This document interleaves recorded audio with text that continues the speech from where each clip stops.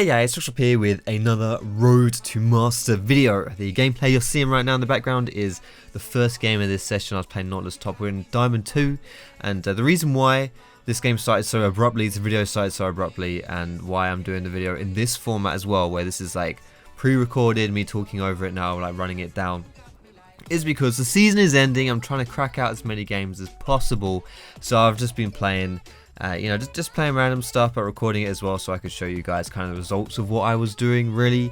But this isn't live or anything like that, and so hopefully, I know you guys weren't too keen on this format, but because I wanted to just get out loads and loads of games, it was easier for me to do it this way. So, like I say, this is the first game, Nautilus top lane. Nautilus is my one-trick top lane champion, and against Poppy is what I'm against this game, and Poppy is someone who, as I'm kind of discovering, or as I discover this game, is someone who's a little bit difficult to deal with. Now, my Nautilus top lane is, like, it's pretty good. My win rate is about 75% win rate, which is pretty good actually, over like 30 games or so.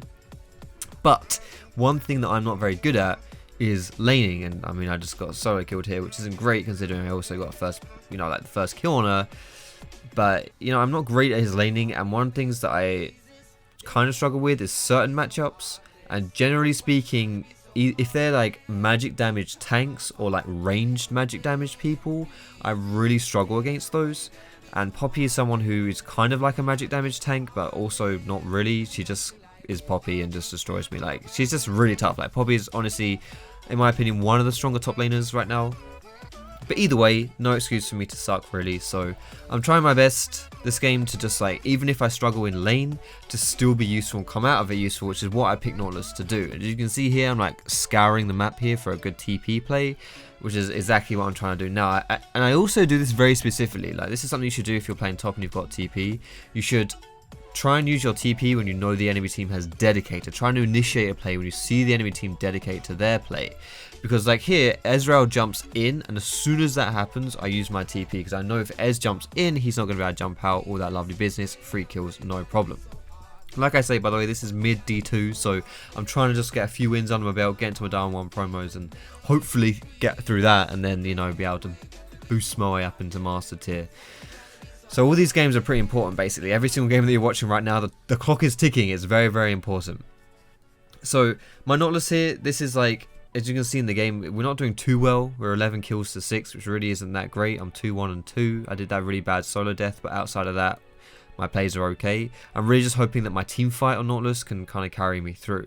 Like for this play here, I just press R on Ez and he's dead, and then I just walk around and look at me, like, this Nautilus is just such an easy champion. A triple kill in this team fight right here. You're so tanky. Like, I've gone full tank this game, you can see. You're just so tanky. You play for team fights, and like here, I'm kind of getting caught, but honestly, I'm Nautilus, so it doesn't really count.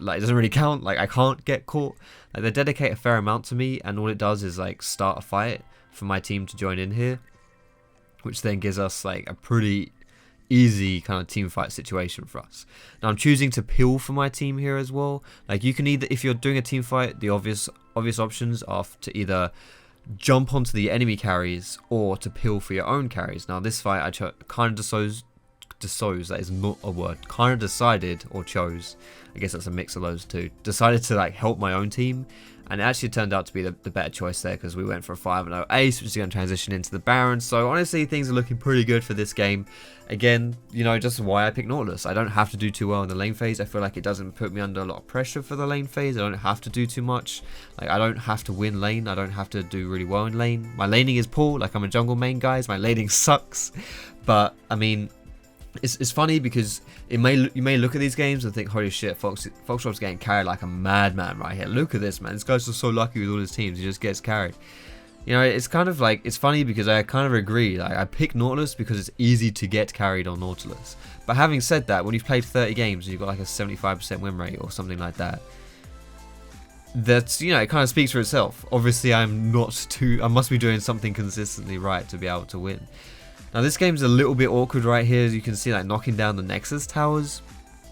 I think we kind of go a bit too aggro for the kills here and basically end up overextending and throwing just a little bit. Now you don't want to throw too hard when you're winning the game, because that's really awkward. You never want to, if you're in a position where you are winning and then you lose that game, that's painful. You know, those are the worst kind of games to have, because if you think about it, if you lose a really close game, then instead of gaining like 15 LP or 20 LP or whatever, you lose 15 or 20 LP. So it's basically like 40 LP, like it's almost half a tier really, or maybe like a third of a tier depending. Like a third of like a, you know, like from Diamond 2 to Diamond 1 or something. So making sure I can close these games out is really important. And honestly, like, I kind of feel like if you want a client, that's really all you have to do is turn the games that are really close and just win them. Because you don't have to win every single game. You're not going to win every single game. But in the close games, if you can just pull it out, then, you know, that's, generally speaking, you know, that even if that's only like 3 extra wins or something, it's a big difference. So moving on to game 2 here, playing some Alistair. I'm kind of thinking that the less jungle I play, the more success I have, which is a little bit weird. So I just play the easy stuff, Nautilus and top lane is kind of what I'm going for here. So right now I'm looking for the level 3, the level up, so I can get my combo up. Flash onto her, flash pole. Sadly, there had some minions under the tower there, so MF only tanked 1 tower shot. It was a pretty good play, but wasn't quite enough. And this is what I tend to do as well when I'm playing support, which is why I think I'm kind of good at support. Like my Blitzcrank win rate's like 63% or something, and Alistair was, I think I'm actually like 50% on him now, but I haven't played many games. But this was like a 70% win rate champion as well, because I just roam around a lot. Like I'm always roaming, and I play these champions who can have these aggressive plays. And this is just like really awkward here. Like this Veigar should not be alive. Flashing into a bubble there is a little bit awkward as well. That shouldn't really happen. You know, this is one of those plays which is like, yeah, you can blame me for headbutting that Veigar because it made Elise miss the cocoon, but at the same time you could say, well, that Veigar's running into his tower, of course I'm going to headbutt him. You know, it's just one of those awkward things where you never really, there isn't really such a thing as who played that right, who played that wrong. And here, this is like a pretty good flank to get Nami under the tower, but for some ungodly reason, polving a Nami under tower, then zapping her to root her under tower doesn't kill her. I don't know how she survived that, and then I die. Like, holy shit, mercy on my soul. So these were some pretty close plays, like the roam I did in that play there. Pretty close, but sadly it's not really working out. I'm kind of holding on to my exhaust a little bit too long here, I will admit, but I still get it down, which is okay. And then if Jin can hit his last shot, there it is. Should have blocked that one, but still it's okay. We managed to pick that one up, which is nice. Trying to pick out the Veigar as well. Not quite happening, but he's really low. Can you zap him? Nope, you can't. You suck. What's going on, mate? Chase him down, Jin. You can do it. Pick him up. Pick him up. Come on. Run faster than that, mate. You're slow. You got to get him. Here comes Elise. Elise has got this, right? There we go. So Elise has it at least. Can't hit the cocoon. Can't hit the zap either. Skill shots nowhere to be seen, as I'm saying in chat right now. Skill shots, guys, they're a little bit important, you know. If you can hit some skill shots, you might be able to pick up a few kills. So this is one of those games where we're not doing too well as a team, though, sadly. And, you know, but I'm not really having a great game, as you can kind of see. Now, this is one of those times where you kind of think, where the hell is our damage? Why don't we have any damage? Because that happened, like, we dedicated a lot right there to that Nami, and she's not even dead. Like, if you can see, she's not dead, and if you look at the minimap, Elise is getting chased down by MF and Nami, and she dies to MF. So somehow that Nami survived as well. This is the immortal Nami, this game, legit. This Nami just does not die. But this is something which you're going to see now. This is kind of like a theme, honestly, of my games at this elo, is Misfortune Ultimate just carries games by itself. Like, honestly, Misfortune, I generally think Misfortune is one of the strongest AD carries. From my experience, what I've seen now, Misfortune just does so much damage. Like, her double up in lane is crazy. Like, her Q in lane just absolutely obliterates people, and the ultimate by itself, like, you just saw that team fight. Jin just walked into the ult and did walk out of it. Like, that kind of stuff kind of frustrates me, because it's like, mate, it's a Misfortune ult, it's not chasing you, just don't walk into it. And he just right click. This is like high diamond, by the way, guys. High diamond games, high diamond / master tier. Obviously master is what we're trying to get, so sometimes I match with master players, but more or less like high diamond, right? And you're just walking into Misfortune ult, like, come on, bruv, you gotta do better than that. But still, Misfortune too strong, man. Like, legit way too strong. But can't pull this one out. 1 for 1 so far, not too bad, not the end of the world at least. Can't win every single game. Definitely some things to work on, but we also got a bit unlucky, I feel like, in the early games, so maybe a bit more luck. Like, if that Veigar dies in the invade, that would be nice. If the Nami dies as well, that would be nice too. This is a very rare occurrence here you're seeing in this game, though. Mid lane Foxy. I do not play mid lane. It is my worst role. In Champ Select, I had a geezer say to me, yo, give me, can I jungle? And he was mid. He was like, can I jungle? And I was like, yeah, sure, you can jungle. He's a French geezer called, well, his name is spelt Servo or something like that. He's a Warwick one-trick pony. Yes, a high diamond Warwick one-trick pony. I don't know how, but somehow someone managed to stomach playing that many Warwick games. So I gave him jungle. But I'm a really bad mid, so again, I just picked a mid laner that I can get carried on, someone with a lot of CC who can play relatively safe, but I got absolutely destroyed by this Victor, because I do think Victor's one of the harder lanes to play against. But I just really play so that I have, you know, I'm just useful. That's really the aim of the game, really, for me, is just to stay useful, and that's really what I'm going for. If I can stay useful because I've got CC, then that's all good, that's what I really need to go for. Hopefully I don't make too many misplays. Like, the level 1 was really bad there. This is actually really bad as well, because like this is like semi bad. The level 1 was really bad when I died first, because like I should have flashed that. I didn't think I needed to, but I should have flashed it. And this right here, like, it's kind of 50% my fault. This is one of those opportunities where you just say like, holy shit, you know, I got baited by my jungler, but I saw Jarvan and I wasn't really paying attention. Like, I still turned around and walked into him. So ultimately it's still my fault. You can see how I'm not chatting shit in the chat, by the way. Like, I'm not saying holy shit, what are you doing? I'm not raging at him, because there's no point. I mean, obviously we can see in hindsight as well, it's not even really his bad that I died. He didn't make a good play, but still, it's not, you know, there's no real justification for me to rage at him. And it just doesn't do anything. Like, if you're trying to climb in solo queue, just don't rage at people. Or in general in solo queue, don't rage at people. It's not a good idea. Now, this is something maybe I should have gone in on that. I kind of wanted to use my E to like get them to back away, but in hindsight, I think I should have gone in on that. I'm not sure though, like, I don't know. Honestly, I think it wasn't a bad decision to not go in on that E there. That would have been a bit risky. But still, this is like the plus side of having a Warwick on your team, is that he does things like Baron really fast. And this Twitch as well was really good this game. This Twitch kind of carried me. This is something like I mentioned about Misfortune being really strong last game. Like, I think Misfortune is probably one of the stronger AD carries right now. I think she's really hard carrying solo queue, or she can be. But Twitch is like similar, honestly. Like, I think Twitch is one of those like solo carry champions in a sense, like more like an assassin, I guess. Twitch just like stealths in and just like 1v9s basically. Like, he stealths and just has so much damage, it's absolutely disgusting. Twitch ultimate is somewhat similar to an MF ult as well. I still think MF ult is just absolutely foul and disgusting, but like Twitch will just stealth in and just absolutely obliterate someone. Like, it's really, really grim. And he can 2v1 a lane as well. Like, after a certain point, if he gets fed, he 2v1s. So we managed to pull out this victory, which is honestly a bit lucky. I did, at the post-game screen up, by the way, I did like the lowest damage in the whole game, this game. Like, I was terrible. Absolutely terrible that game. But we win, that's what that matters, right? I mean, I gave that guy jungle so he could carry me, and he carried me. Fantastic stuff. Moving on to another Alistair game here. No jungle game yet, but there will be one coming up, I promise. And again, against another Misfortune. Now, this is an opportunity where right now, like, maybe I should flash pulverize that guy. I don't really want to, but maybe I should. It would start the play, but it would be kind of risky. But honestly, that was just really too much of a forced gank. We shouldn't have done that. It's a little bit too much. Like, we were getting crushed in lane. Like, you know, it wasn't good, honestly. Like, that wasn't really a good opportunity for us there. But still managed to roam again. Like I was saying before, like when I play support, I think I have a lot of success because I roam a lot. So try and focus on roaming if you are playing supports, especially aggressive supports. I think roaming is really powerful tool. But catching people as well like this, it's really useful too. But I mean, Cassiopeia is just, I actually think Cassiopeia is really similar to Syndra. I think it's a bit different right now because Syndra is like really meta and like really OP. But Cassiopeia in the right hands is just a really hard like 1v9 solo queue carry in my opinion.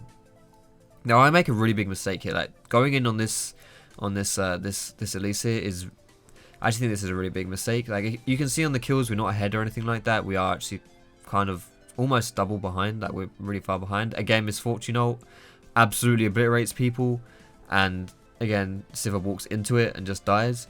Now if you look at the chat here, I'm kind of chatting some BM here.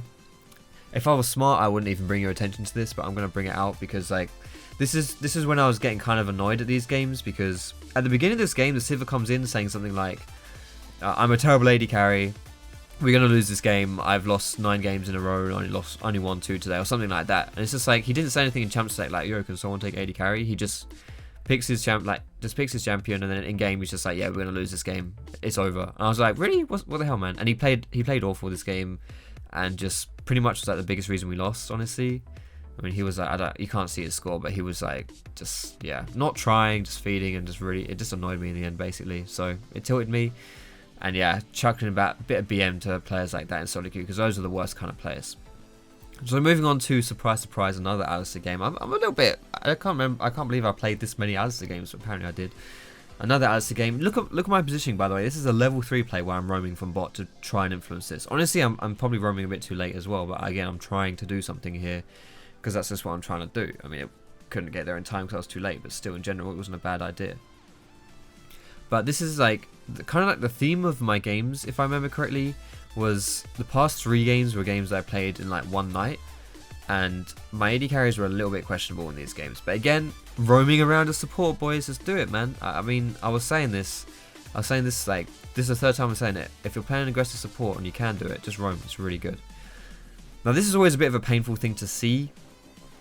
Like, we're full health at this point, right, in this game. Full health. And I'm Alistair, probably the hardest support to dive in the game, because he has so much CC and has his ultimate, which just makes him really tanky.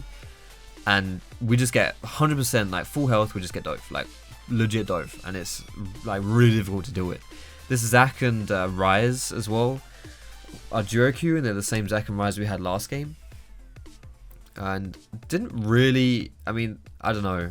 It wasn't really one of the best. They didn't get too much going for themselves. They didn't really pressure anything else. So it was a little bit hard to play with these guys 2 games in a row. But it's not like these are the reasons we lost or anything. So I'm not, you know, I don't know why I even, you know, mention it, because it's not. It's like, it's something that you can feel frustrated about. Like this Ashe was like proper raging at these guys, saying about how these guys were like awful and, you know, get cancer, etc. Actually, was Ashe saying get cancer, or was that the guy from last game? Probably both, I can't remember. But they were really angry at this duo queue, and it's just like, mate, they might not be the best duo queue, but guys, we suck.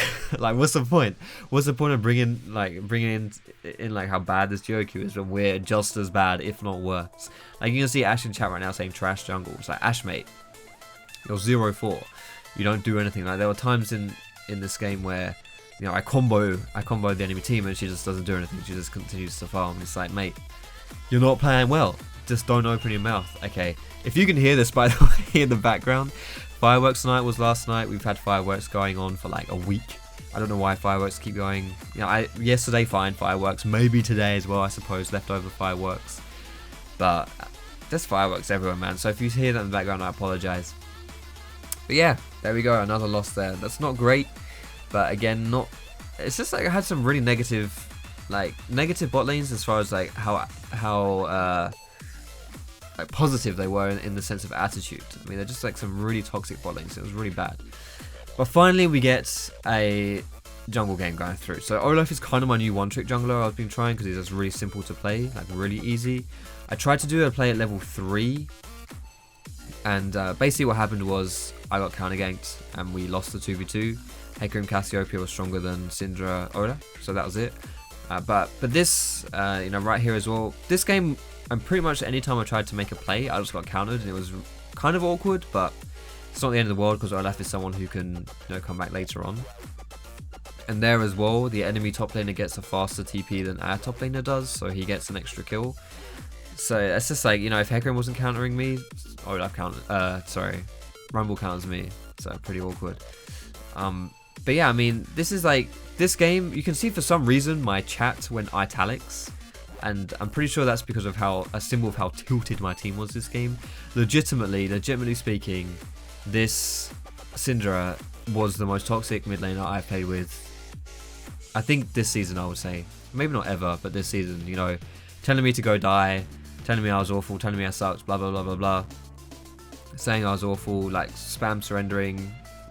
It was just like gave up after like one tiny thing, you know, that kind of stuff. It was really awkward.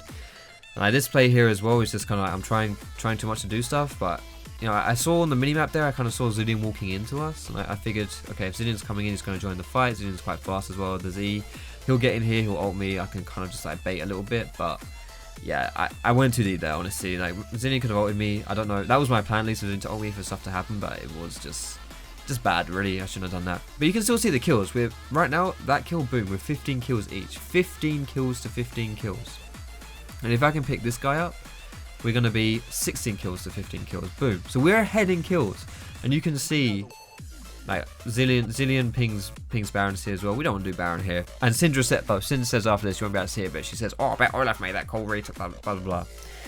Yeah, mate, it wasn't me, Syndra. You can hate me for stuff, but don't blame me for everything. Come on. Now plays like this, which you're seeing now, are, in my opinion, like, it's plays like this as kind of carry games that help you win games. Because what you do is, I just snuck into a lane while Lissandra was pushing it and just sat in the bush, and I knew someone would come to D-push it, which they did, and it was like easy peasy lemon squeezy, you know, just 2 simple kills, 2 free kills, which can transition into something. And again, with 19 kills to 16 and Syndra throws out the surrender vote, mate, calm down, bruv, it's all good. But the game is like really painful still. I mean, this is like a little while on. We're still ahead in kills, but it's still pretty painful. I mean, it's really hard to win a game when it's just really like negative, I guess, in the team chat, and people don't really want to win. It's really hard for your morale as well. But this is like an Elder Dragon play. The enemy team's doing it, and because Hecarim dives out of the pit, I just stick on the dragon because it's pretty low, and I just take the Elder Dragon. Like, I figure because it's low enough, I can probably do it kind of fast. I get the Elder Dragon, that's good. But then they go on to try and do, now later on they try and do the Baron, and we face check it with no vision. I think you can see like Syndra has like a lower death timer here, so I think she died by herself somewhere. Yeah, no, that was it. You can see in the chat as well, like at 38:28, Syndra says FF. That was because she got caught and died, so she loses us the Baron. FF, of course. But that's pretty much like the crutch right there. It's like, it's really hard to come back when you've got a really negative team and they start getting advantages like that. It's really difficult, but still, I'm Olaf. I can try and do some things. Again, can he go for another miraculous dragon still? Yes, he can. Questionable positioning here by Sivir to walk into the Olaf to basic, into the Hecarim to basic attack him. Don't really want to do that because that's Hecarim, and Hecarim is going to run you down, which he does.